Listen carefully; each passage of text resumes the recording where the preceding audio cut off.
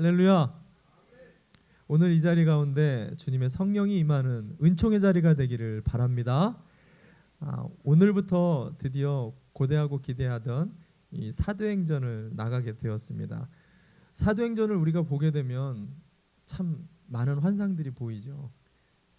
말씀 하나가 선포됐는데 3,000명, 5,000명이 막 회개해서 돌아오게 되고, 그걸 통해서 주님의 교회가 막 탄생하고, 수많은 박해와 고난이 있는데 그 고난 속에서도 교회는 더 확장되어진 교회의 역사가 있는 반면에 초자연적인 능력을 가지고 살아가는 사도들의 삶이 그대로 드러나는, 어떻게 보면 흠모할 만한 이 시대의 수많은 교회들이 사도행전을 보면 와, 우리 교회도 이렇게 됐으면 좋겠습니다 라고 그렇게 흠모할 만한 교회의 모습이 다 들어있는 게 바로 사도행전입니다.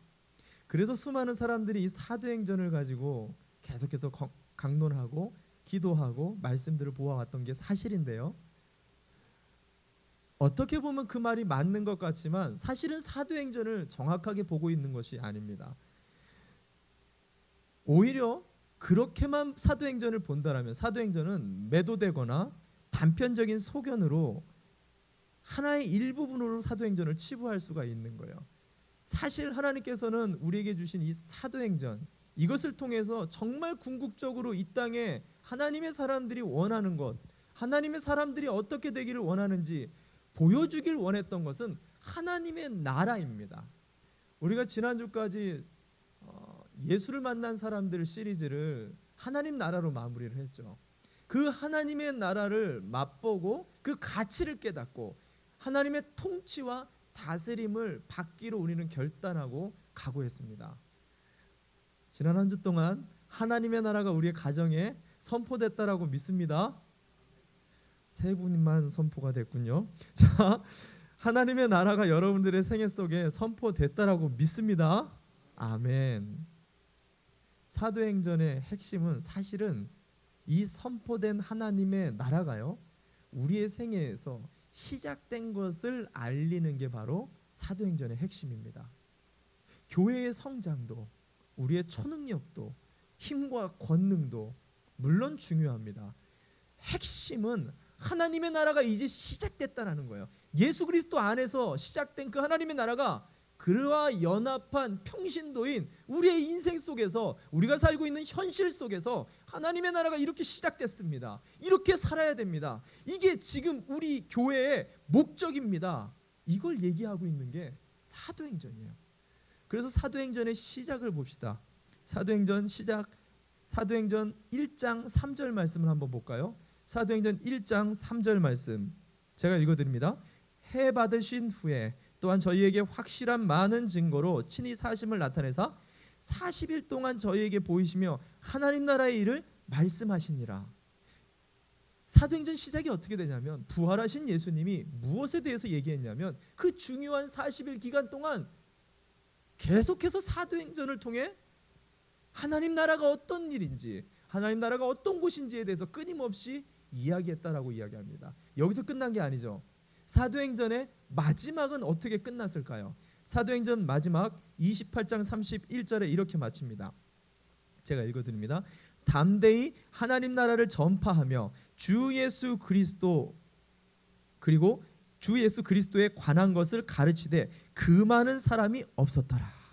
하나님 나라를 전파했다라고 마무리를 하고 있다라는 거예요. 사도행전은 우리가 바라보는 어떤 우리의 필요에 맞는 교회가 잘 나가는 모습을 나타내고 있는 게 다가 아니에요. 교회의 역사를 나타내고 있는 것도 다가 아니에요. 정말 사도행전을 통해서 이 땅에 보여주고자 했었던 하나님의 목적은 하나님의 나라가 우리 인생 속에 이렇게 나타나야 된다는 것을 보여주고 있다는 것입니다. 특별히 오늘 저와 여러분이 사도행전을 시작하면서 보는 이 서론은요, 이 하나님의 나라가 이제 제자들에게 어떻게 시작되는지 매우 중요한 세 가지의 시작의 원리들을 이야기하고 있다는 것입니다. 저는 이 사도행전을 오늘부터 매주마다 강론을 하면서 정말로 간절하게 바라는 것이 있다라면 우리 교회가 막 폭발적으로 성장하는 것도 좋습니다. 인간적인 욕심이 왜 없겠어요? 성도 한 분 한 분들이 성령의 막 능력을 가진 사람들이 되는 것도 정말 원합니다. 그러나 무엇보다 바라는 것은 하나님의 통치가 정말 어떻게 우리 가정에 일어나야 되는지, 우리 일터와 직장 가운데 어떻게 일어나야 되는지, 우리 자녀들 가운데 하나님의 다스림이 어떻게 보여져야 되는지가 분명해질 수가 있는 이 사도행전 하늘의 사람들 강론의 시간이 되기를 바랍니다. 그런 의미에서 오늘 하늘 사람들의 시작이라는 제목을 가지고 여러분과 함께 세 가지 주제를 좀 나누려고 합니다. 그 첫 번째, 땅의 사람이 사도행전을 통해서 하늘의 사람이 되어지는 원리. 오늘 본문에서는요, 동적 신앙으로 바뀌게 될 때, 동적 신학으로 바뀌게 되어질 때 우리가 이제 하나님의 사람이 시작된다라고 오늘 성경은 이야기합니다. 사도행전을 영어로 뭐라고 하죠? 사도행전을 영어로 뭐라고 하죠? 우리 하소미한테 물어봤더니 사도행전 이렇게 얘기를 하더라고요. 사도행전은 액츠라고 하죠. 행함들, 행전이라는 의미를 가지고 있습니다. 헬라어로는 프락시스라고 말합니다. 실천한다라는 의미를 갖고 있어요. 동적 신앙이라는 것은 움직이는 신앙. 그 말인즉 반대로는 뭐라는 거죠? 움직이지 않던 사람이 움직이게 되고, 행하지 않던 사람이 행하게 되어지고, 말하지 않던 사람들이 말하게 되어지고, 그 삶의 변화가 뚜렷하게 드러나는 것이 바로 사도행전이라는 것입니다. 오늘 본문에서 사도행전 처음 1절과 2절을 우리가 좀 살펴보면서 사도행전 안에서 우리에게 요구하는 땅의 사람이 하늘의 사람이 될 수 있는 방법, 동적 신앙이 되다라고 이야기한다는 것이죠. 오늘 1절과 2절 말씀 한번 같이 보도록 합니다. 1절과 2절 말씀 제가 읽어드립니다. 데오빌로여, 내가 먼저 쓴 글에는 물은 예수의 행하시며 가르치시기를 시작하신부터 그의 택하신 사도들에게 성령으로 명하시고 승천하신 날까지의 일을 기록하였노라. 아멘. 이 두 절을 보면은요, 이 편지를 누가라는 사도가 이 편지를 누구에게 썼죠? 누구에게 썼죠? 자, 성경이 없는 분들은 앞에 스크린을 보시면 됩니다. 1절을 보여주시기 바랍니다. 1절을 누구에게 썼다라고 누가가 얘기하죠? 데오빌로여, 데오빌로여. 동적 신앙이 되는 원리를 이해하려면 이 데오빌로라는 사람에 대해서 알 필요가 있어요.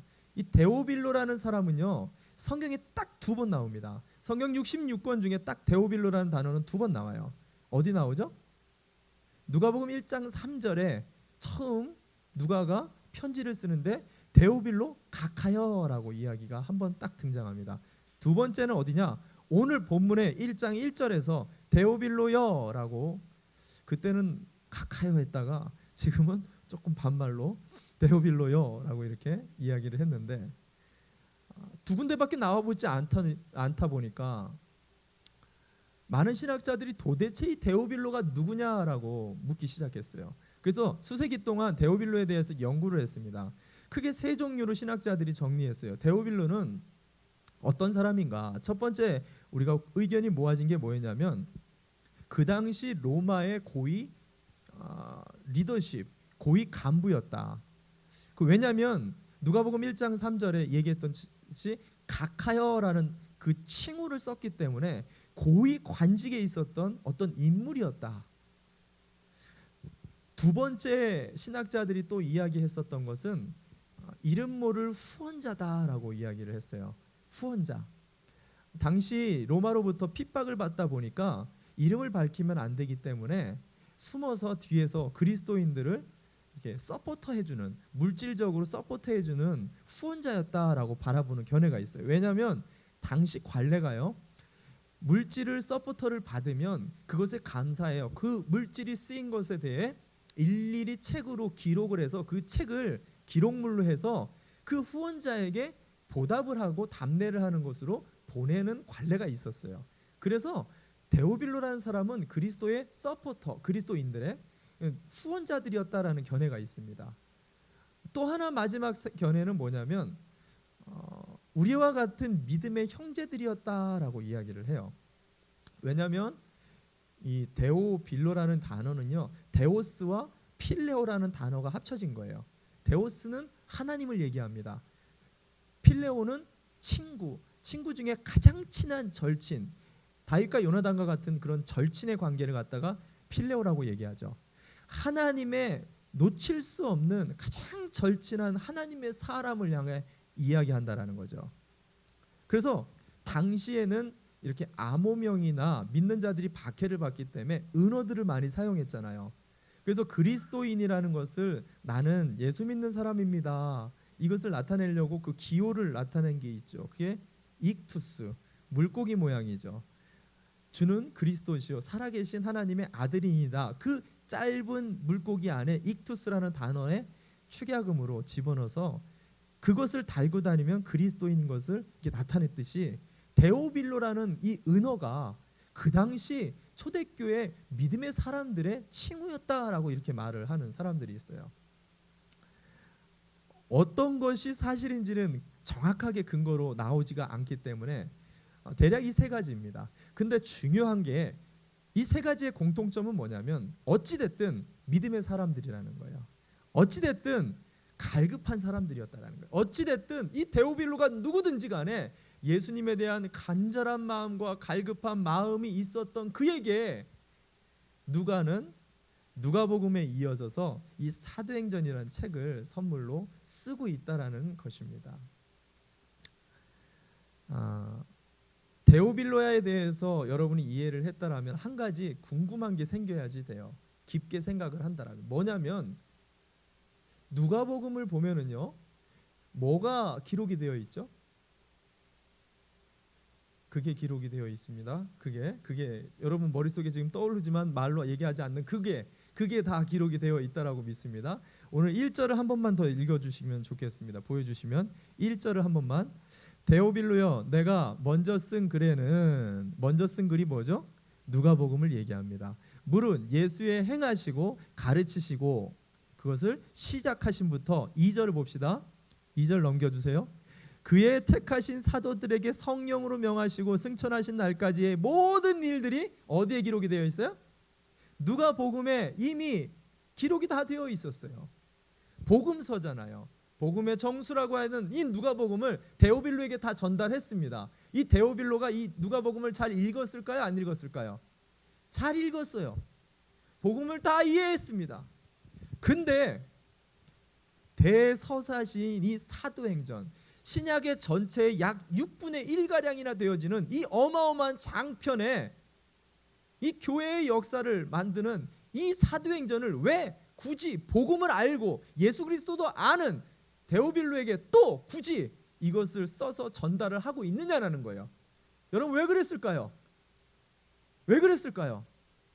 데오빌로, 믿음이 충출하고 갈급한 자, 예수를 이제 믿기 시작한 사람, 복음이 뭔지를 이해했던 그 사람에게는 복음을 알았다라면 사도행전이 필요했기 때문이에요.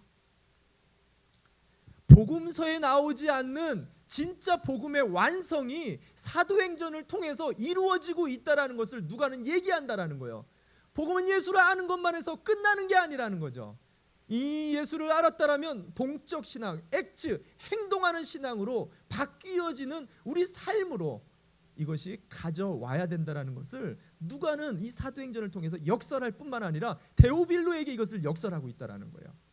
그래서 복음서에는 있고 사도행전에는 없는 것들을 우리가 비교할 필요가 있어요. 이것을 비교해 보면 분명해집니다. 누가복음을 보면은요, 누가복음의 이야기는 주로 갈릴리, 우리가 예수님을 만났었던 그 가난한 동네, 아픔의 그 동네에서 주로 활동과 근거지가 이루어집니다. 그러나 사도행전은 그 근거지가 예루살렘에서부터 안디옥 교회의 박해로 인해서 사마리아와 그리고 인근 주변 국가들로 흩어지며 마지막에는 로마까지 흩어지면서 땅끝을 향하며 마무리가 되어지고 있다는 거죠. 누가복음에는 예수님의 12제자와 예수님을 만난 소수의 개인적인 복음을 중심으로 기록이 되어 있다라면, 사도행전에서는 나 개인의 중심에서 이제 나를 믿지 않는, 예수를 믿지 않는 또 다른 사람들을 향해서 끊임없이 전파되며 누룩처럼 진짜 누룩처럼 보이지 않게 확장되어지고 변화되어지고 변이 되어지면서 그 하나님의 나라가 끊임없이 땅끝을 향해서 움직이고 역동적으로 진행해 나아가는 것을 사도행전에서는 기록하고 있다는 것입니다. 여러분, 이 동적인 패턴이 보이시나요? 동적 신앙이 있다라면 정적 신앙이 있어요. 여러분, 복음서가 지금 사도행전이 동적 신앙이라면, 액츠라면, 행함이라면, 실천이라면 그 전에 있었던 복음서에 나오는 예수 그리스도의 기록은 정적 신앙이고 이론이고 예수 그리스도에 중심되어진 신앙을 기록하고 있다는 거예요. 근데 사도행전은 동적이 되면서 예수의 신앙이 우리 한 명 한 명의 개인의 신앙이 되어 그 나라가 예수 안에서 우리 안으로 전이되고 확장되고 땅끝을 향해서 변화되어서 역동적으로 움직이면서 나아가고 있다는 거예요. 이것이 사도행전을 통해 누가가 데오빌로라는 믿음의 사람들에게 역사하며 가르치려고 했었던 본질이라는 것입니다. 동적 신앙이라는 것은 여러분 한 번 더 생각해 보겠습니다. 동적 신앙이라는 것은 내 바운더리, 내 가족, 내 생각, 내 경험에서 깨어져서 남을 향한 생각, 남을 향한 경험, 남을 향해 헌신하는 내 중심에서 내가 복음에서 남을 향한 하나님의 복음으로 전환이 되어야 된다는 것을 이야기하고 있다는 거예요. 오늘 본문을 보면은 사도행전 1장 6절 말씀을 한번 보도록 하겠습니다. 사도행전 1장 6절 말씀입니다. 제가 읽어드립니다. 저희가 모였을 때에 예수께 묻자와 가로되 주께서 이스라엘 나라를 회복하심이 이때니까 하니 하나님의 나라가 이제 예수 그리스도에서 사도행전을 통해 제자들에게 하나님의 나라가 이제 전이가 되려고 하는, 연결이 되려고 하는 그 중간에 제자들이 예수님께 물어봤어요. 예수님이 막 부활하시고 놀라운 하나님의 나라가 이제 보일 것 같으니까 그들이 뭐라고 질문했냐면, 우리가 그렇게 바랬었던 그 나라가, 이스라엘을 뒤엎는 예수의 구테타가, 우리가 그렇게 지금까지 꿈꿔왔던 유토피아가 지금부터 시작됩니까? 여러분, 이게 무슨 말이냐? 그들에게는 아직까지도 복음, 정적 신앙, 자기 복음이었어요. 하나님의 나라가 자기가 원하는 나라였어요. 하나님의 나라가 자기가 원하는 교회의 모습이었어요. 자기가 생각하는 자기의 뜻, 자기의 필요, 자기의 욕구를 벗어나지 못하는 자기 신앙, 자기 복음이었다라는 거예요. 근데 사도행전은 지금 뭘 얘기하느냐? 자기 신앙, 자기 복음에서 하나님 나라의 복음으로 바뀌어야 된다라는 거예요. 자기의 생각, 자기의 뜻에서 그 간구와 필요가 하나님의 필요와 하나님의 뜻을 향해 먼저 그 나라와 그 의를 위하여 전이가 되고 바뀌어야 된다라는 것을 촉구하고 있다라는 거예요. 온전한 동적 신앙의 변화가 이 사도행전을 진행하면서 저와 여러분의 생애 속에서 반드시 드러나기를 주님의 이름으로 축원합니다. 축원합니다.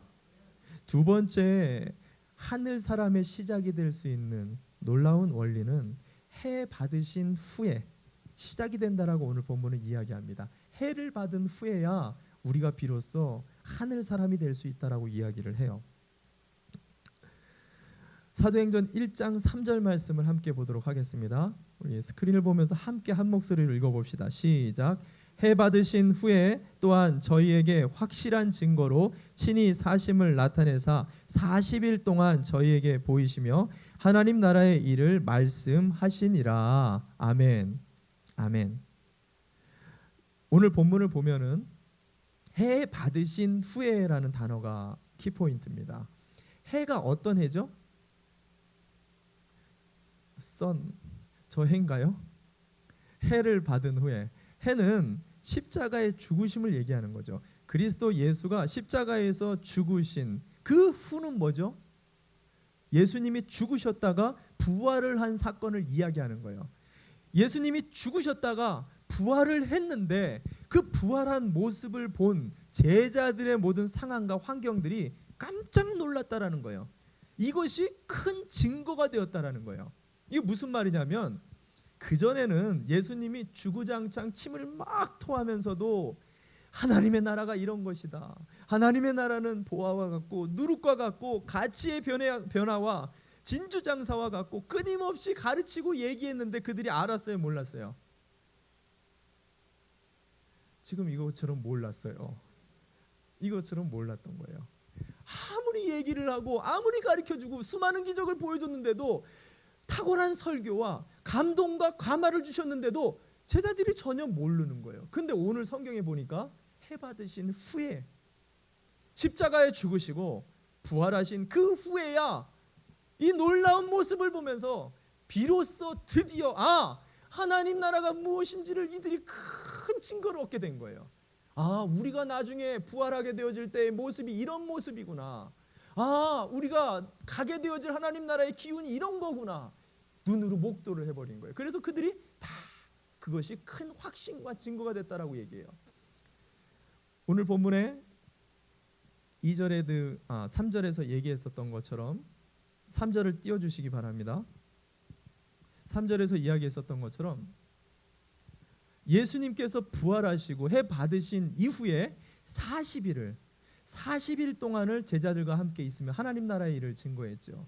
이 40일은요, 인류가 지금까지 경험해 보지 못하고 앞으로도 경험할 수 없는 초자연적인 놀라운 신비를 경험한 기간이었어요. 왜? 하늘과 땅이 맞닿은 신인간을 인류가 본 거예요. 경험한 거예요. 어떤 일이 벌어졌죠? 예수님이 부활을 했는데요, 엠마오로 가던 두 제자를 만났잖아요. 근데 그들이 알아봤어요? 못 알아봤어요? 전혀 못 알아봤어요. 그들이 밥을 먹는데, 조반을 먹는데 그때서야 깨달으니까 예수님이 밥 먹다가 성경에 보니까 뭐라고 기록해요? 호련히 사라져 버렸어요. 밥 먹다가 없어져 버렸어요. 갈릴리로 갔다가 예루살렘으로 왔다가 공간이 갑자기 이동하기 시작하고 예루살렘의 두려움에 떨어가지고 모여있는 제자들 가운데 혹시라도 로마 군대에게 들킬까봐 모든 창문을 다 닫았어요. 성경을 보니까 그것을 꼭 잠갔다, 아무도 들어오지 못하도록 자물쇠로 꼭 잠갔다라고 성경 표현은 나옵니다. 근데 다 잠겼는데 갑자기 예수님이 쑥 들어와가지고 뭐라 그랬어요? 샬롬, 평안할지어다. 제가 장난으로 그러는 게 아니라 진짜 샬롬, 평안할지어다, 이 말씀을 하셨어요. 그렇다고 온전한 모습도 아니에요. 상처 입었었던 칼자국과 창자국이 그대로 있었어요. 그런데도 피 한 방울 나지 않고 그냥 건강하게 걸어다니는, 전혀 다른 인류가 경험해 보지 못한 신인간, 새로운 육체가 탄생했다라는 거예요. 그게 성경에서 부활의 첫 열매가 되었다라고 이야기합니다. 여러분이 부활에 대해서 반드시 알 게 한 가지 있는데, 부활의 첫 열매가 됐다라고 성경은 기록하잖아요.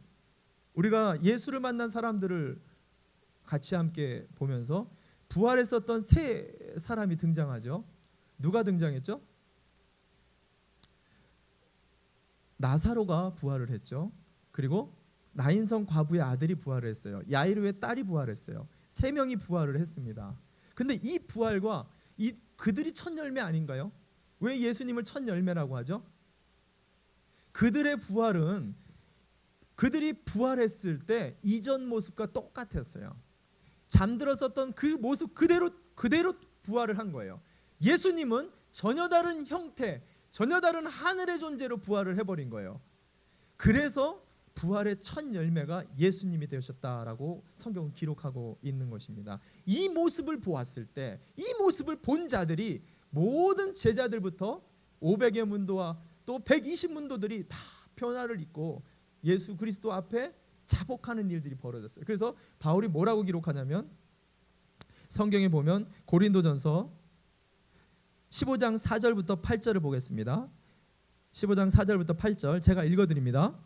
내가 받은 것을 먼저 너희에게 전하였느니 이는 성경대로 그리스도께서 우리 죄를 위하여 죽으시고 장사 지낸 바 되었다가 성경대로 사흘 만에 다시 살아나사 게바에게 보이시고 후에 12제자에게와 그 후에 500의 현재에게 일시에 보이셨나니 그 중에 지금까지 태반이나 살아있고 어떤 이는 잠들었으며 그 후에 야고보에게 보이셨으며 그 후에 모든 사도에게와 맨 나중에 만삭되지 못하여 난 자 같은 내게도 보이셨느니라. 아멘. 부활하신 십자가에서 죽으셨고 부활하셨던 그 예수를 만난 사람들 모두가 전부 다 그 부활의 증인이 됐다라고 이야기하는 거예요.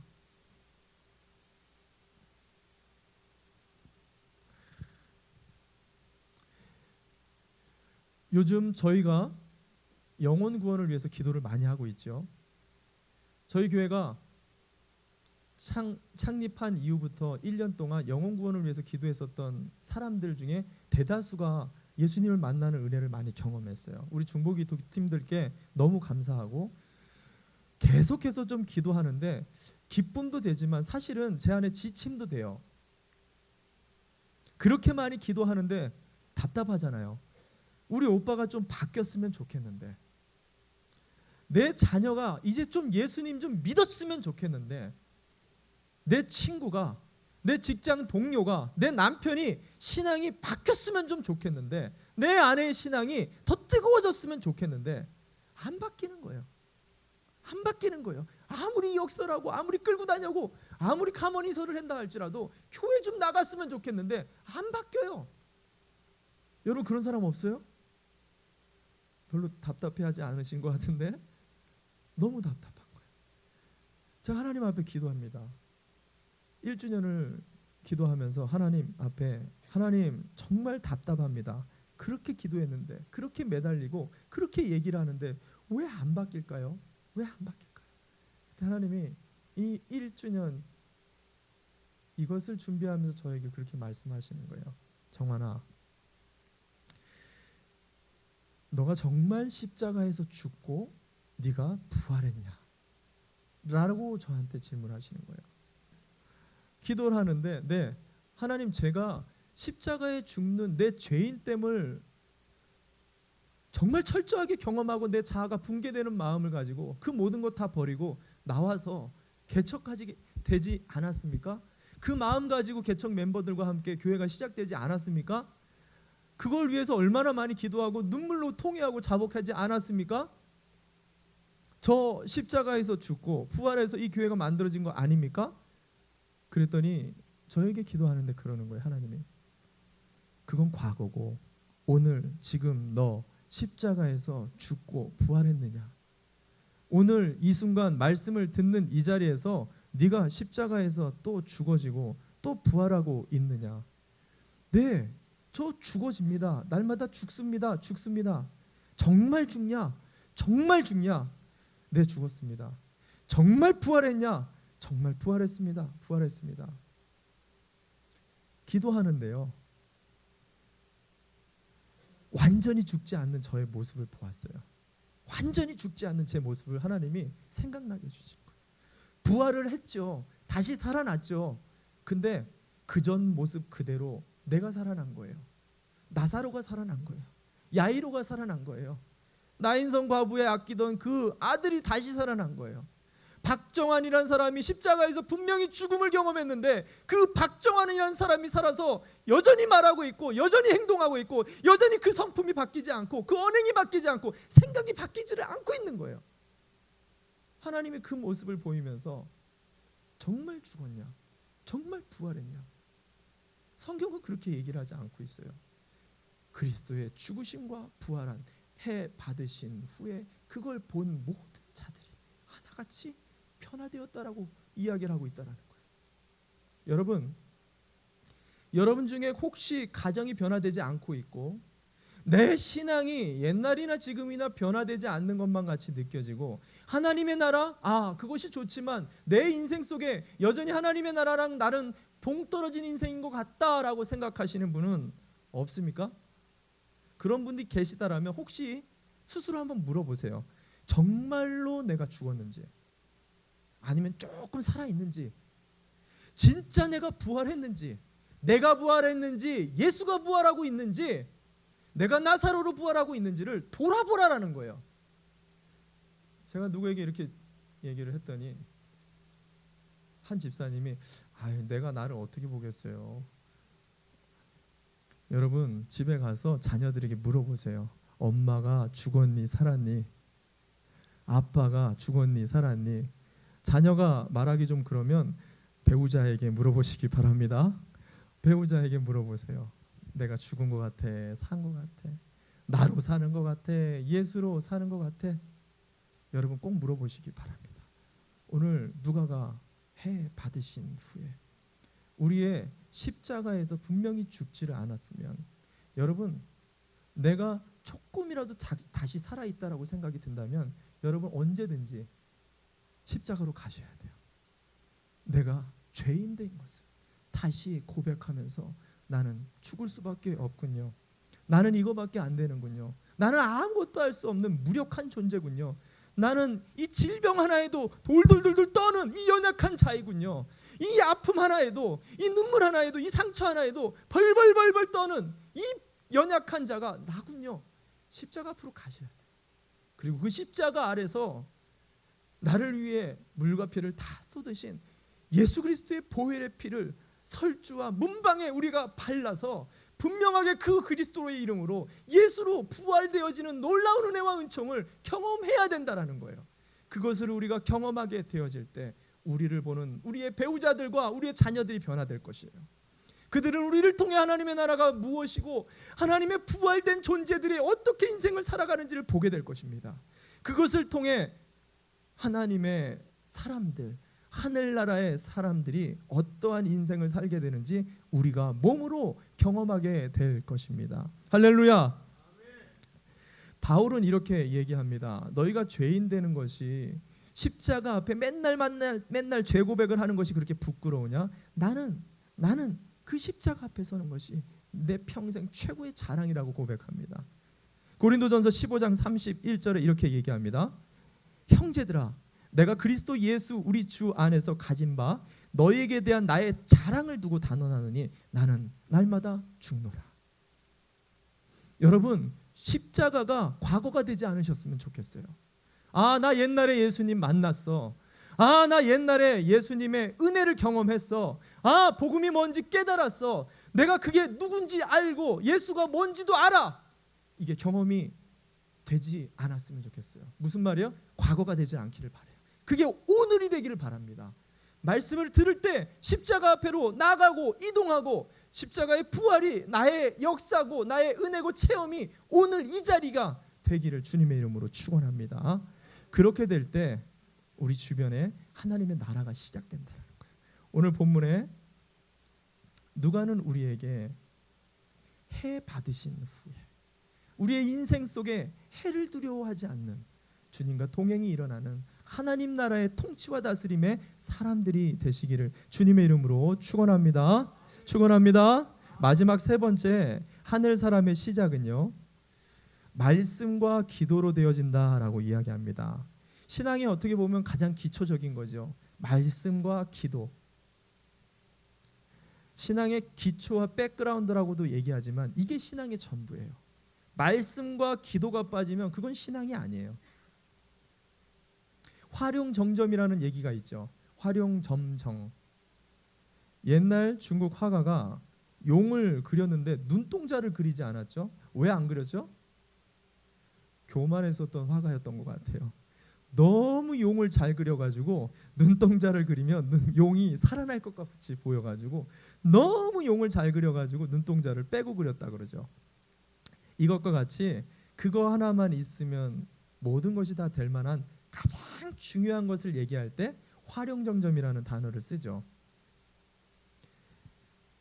복음은 정점 신앙이 복음서였다라면 역동적인 동적 신앙이 이 사도행전입니다. 사도행전을 반드시 알아야 복음이 완성이 되는 거예요. 근데 사도행전의 엔진이 되어지고 사도행전의 핵심이 되어지는 요소가 있는데 그게 뭐냐? 성령님이세요. 사도행전을 끌어가고 있는 중심 핵심은 성령님이 끌어가고 있다라는 거죠. 이 성령이 사도행전의 엔진이고 이 성령이 사도행전의 탄생의 교회의 역사를 주관해 나가는 하나님의 손과 발이 되고 있다는 거예요. 그래서 우리는 이 성령을 알지 못하면 안 돼요. 근데 참 감사한 것은요, 오늘 저와 여러분 여기 앉아있는 모든 분들에게 성령이 약속되어 있다는 거죠. 할렐루야. 제가 이것이 얼마나 위로가 되냐면 저같이 좀 무식하고 또 못나고 부족한 자도 성령이 우리에게 약속되어 있다라는 거예요. 반드시 성령을 주시겠대요. 우리 인생의 복음이 뭔지 몰라도 돼요. 우리 인생에 예수 그리스도가 체험이 잘 안 된 분도 있으실 거예요. 예배를 아무리 나와도 이 설교가 이해가 안 되시는 분도 있으실 거예요. 상관없어요. 이런 모든 자들에게 성령이 약속되어 있다라고 성경은 기록하고 있어요. 예수님이 날마다 우리에게 성령을 반드시 주겠다라고 기록하고 있어요. 고린도전서 요한복음 14장 16절 말씀입니다. 요한복음 14장 16절 말씀 제가 읽어드립니다. 내가 아버지께 구하겠으니 기도하겠으니 그가 또 다른 보혜사를 너에게 주사 영원토록 너희와 함께 있게 하리니. 여기 앉아있는 모든 분에게 반드시 성령이 있을 것을 여러분 믿으시길 바랍니다. 왜냐하면 예수님이 날마다 기도하고 있대요. 여러분 예수의 기도가 안 이루어질 수 있을까요? 당신이 날마다 하나님께 기도하는 그 기도가 하나도 땅에 떨어질 수 있을까요? 아니요, 절대로 그렇지 않아요. 누구든지 이 자리에 있는 모든 사람들이 구하기만 하면 성령을 선물로 받으실 것을 믿으시길 바랍니다. 단 조건이 하나 있어요. 조건. 그것이 오늘 본문 사도행전 1장 4절과 5절 말씀입니다. 사도행전 1장 4절과 5절 말씀입니다. 같이 함께 읽어보겠습니다. 스크린을 보면서 같이 읽읍시다. 같이 읽습니다. 시작. 사도와 같이 모이사 저희에게 분부하여 가라사대 예루살렘을 떠나지 말고 내게 들은 바 아버지의 약속하신 것을 기다리라. 요한은 물로 세례를 베풀었으나 너희는 몇 날이 못되어 성령으로 세례를 받으리라 하셨느니라. 아멘. 성령으로 세례를 받는 방법 두 가지를 예수님께서 제자들에게 말해줬어요. 두 가지가 뭐였죠? 하나가 예루살렘을 떠나지 말라라고 이야기했어요. 두 번째는 뭐죠? 기다려라. 언제까지? 받을 때까지 기다려라. 여러분 이게 굉장히 중요한 요소죠. 왜 예루살렘을 떠나지 말라 그랬을까요? 왜 예루살렘을 떠나지 말라 그랬을까요? 반대로 생각해 보면 제자들이 전부 다 예루살렘을 떠나고 싶어 했어요. 왜 떠나고 싶어 했을까요? 예루살렘에 그 부푼 꿈을 안고 예수와 왔는데 예수님이 십자가에 죽으시면서 모든 꿈이 다 깨져버렸어요. 그 순간 모든 유대인들로부터 제사장들로부터 예수의 제자들을 축출해내는, 그래서 잡아서 옥에 가둬버리는 그런 축출 작업이 시작됐어요. 너도 예수의 제자냐? 너도 예수의 제자냐? 모두가 두려워가지고 어디로 돌아갔다 성경은 기록해요? 갈릴리로, 자신의 삶의 고향으로, 이전에 있던 옛 성품 가운데로 다시 다 돌아갔어요. 근데 예수님이 부활하시자마자 제일 먼저 했었던 게 뭐예요? 도망친 제자들 하나하나 다 끌어모은 거예요. 끌어모아서 어디로 이동시키냐? 예루살렘으로 가라라고 얘기했어요. 네가 그렇게 두려워하는 그 땅으로 가라라는 거예요. 네가 핍박받을 그곳으로 가라라는 거예요. 너희가 그렇게 힘들어서 뛰쳐나온 그 예루살렘으로 다시 돌아가라라고 얘기를 하고 있어요. 거기에 머물러라라고 이야기를 한다는 거죠. 여러분 왜 예수님이 이다지도 힘든 주문을 했을까요? 왜 예루살렘에 머물러야만 성령이 임한다라고 얘기를 했을까요? 많은 목사님들이 그런 얘기를 해요.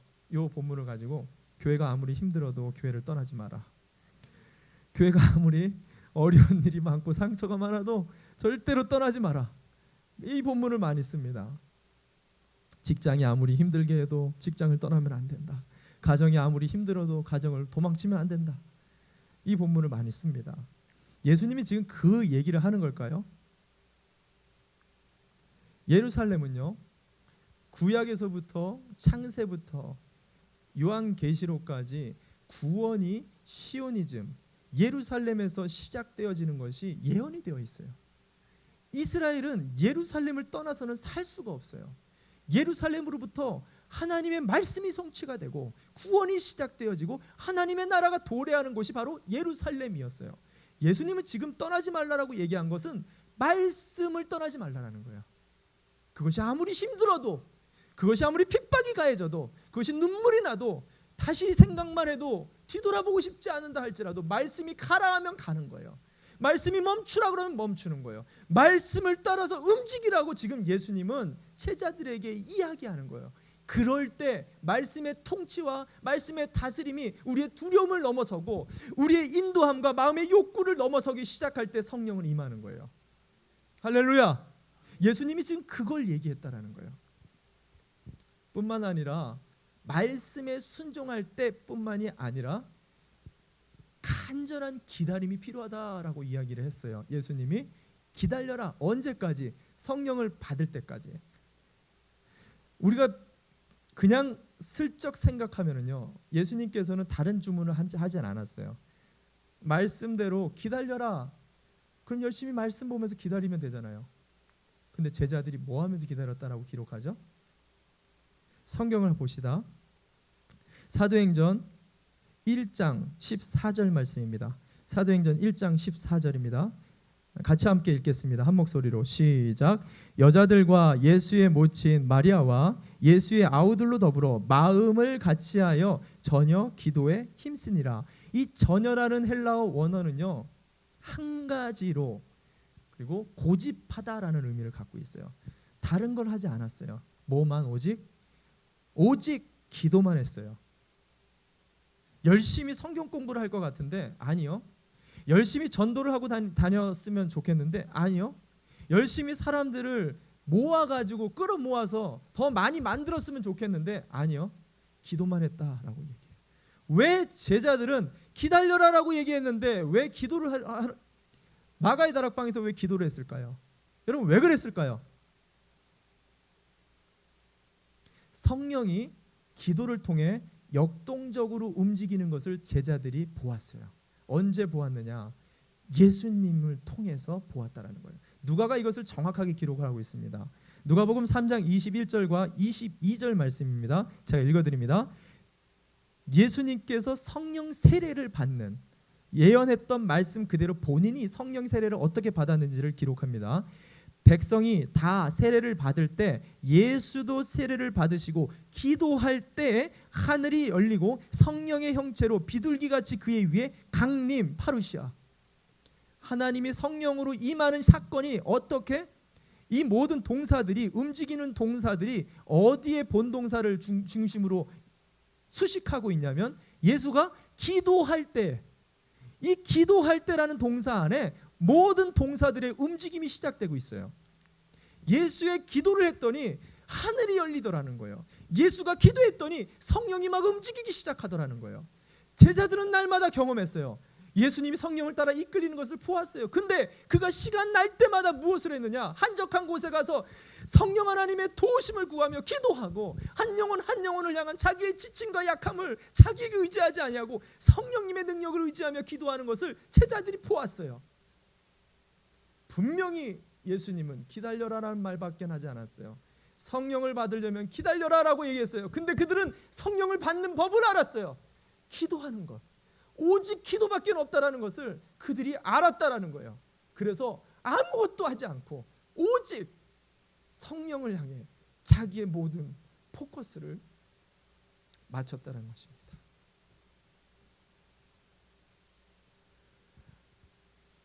여러분 중에 신앙생활을 하시면서 첫사랑의 감격을 회복하고 싶어 하시는 분들이 있을 거예요. 내가 왕년에 복음을 경험했을 때 이런 은혜들을 경험했는데 하나님 이런 은혜들을 좀 경험하게 해주십시오. 여러분 중에 말씀 공부, 하나님의 말씀이 무엇이고 성경이 무엇을 말하고 있고 하나님의 뜻이 무엇인지를 공부하고 싶으면 말씀을 보라라고 이야기를 해주고 싶어요. 말씀의 자리를 절대 놓치지 말라고 얘기해주고 싶어요. 근데 성령의 역동적인 운행과 우리 마음의 감동과 감화와 변하지 않을 것만 같은 사람들이 변해야 된다는 것은 우리가 아무리 공부하고 아무리 훈련을 받고 아무리 그 자리를 간다 해도 아무 소용이 없어요. 오직 성령이 우리 가운데 역동적으로 움직이셔야만 해요. 그것은 기도의 문제예요. 왜? 기도는 내 뜻을 하나님께 요구하는 강청이 아니에요. 뭐예요? 나는 할 수가 없습니다. 나는 도저히 내 가정과 남편과 아내를 바꿀 수가 없습니다. 주님 당신이 해야겠습니다라고 항복하며 손을 들고 기도하는 게 바로 기도예요. 주의 다스림과 통치와 성령의 임재를 구하는 게 기도예요. 그래서 기도하는 자에게 성령을 주시겠다라고 약속하고 있다라는 거예요. 저는 여러분에게 정말 뜨거운 감격을 찾고 싶으냐? 여러분 중에 그런 분들이 계시냐? 그렇다면 여러분의 개인의 기도를 점검하세요. 여러분의 마음에 신앙이 식은 것 같으냐? 여러분의 개인의 신앙 중에 특별히 기도의 시간을 점검하세요. 교회 맨날 나오라고 하는 건 아니에요. 새벽 기도 꼭 나오라는 건 아니에요. 금요철에 나오라는 건 아니에요. 멀어서 안 나오셔도 상관없어요. 그러나 여러분 집 근처라도 꼭 기도의 시간을 점검하고 내가 주님과의 독대하는 만남을 통해 내가 얼마나 죄인인지 십자가를 마주하는 기도의 시간을 다시 회복하는 거야말로 성령의 충만함과 정적 신앙에서 역동적인 동적 신앙으로 바뀌어지는 놀라운 하늘의 통치를 경험할 수 있게 될 것입니다. 저와 여러분이 그런 신앙을 회복하시기를 바랍니다.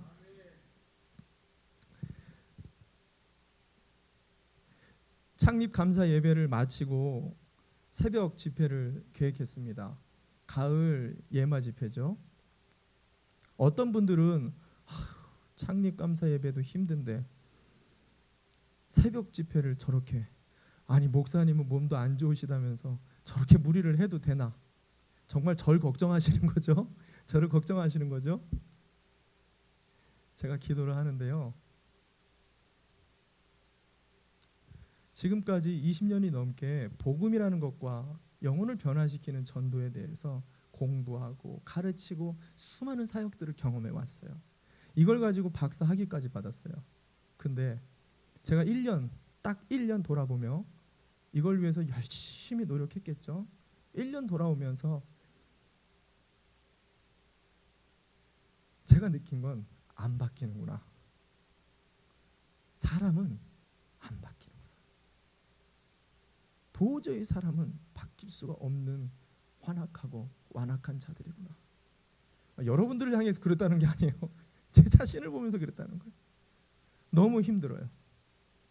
하나님 어떻게 해야 됩니까? 그렇게 부르짖는데 성령님을 느끼게 해주시는 거예요. 내가 놓고 있었던 교회는 성령이 움직이시는구나. 교회는 성령이 일으키는 거구나. 사람은 성령이 바꾸는 거구나. 내가 아무리 탁월한 말을 하고 내가 아무리 사주고 아무리 매달리고 아무리 얘기를 한다 할지라도 사람은 도대체 바뀔 수가 없는 존재구나. 성령이 사람을 바꾸는구나.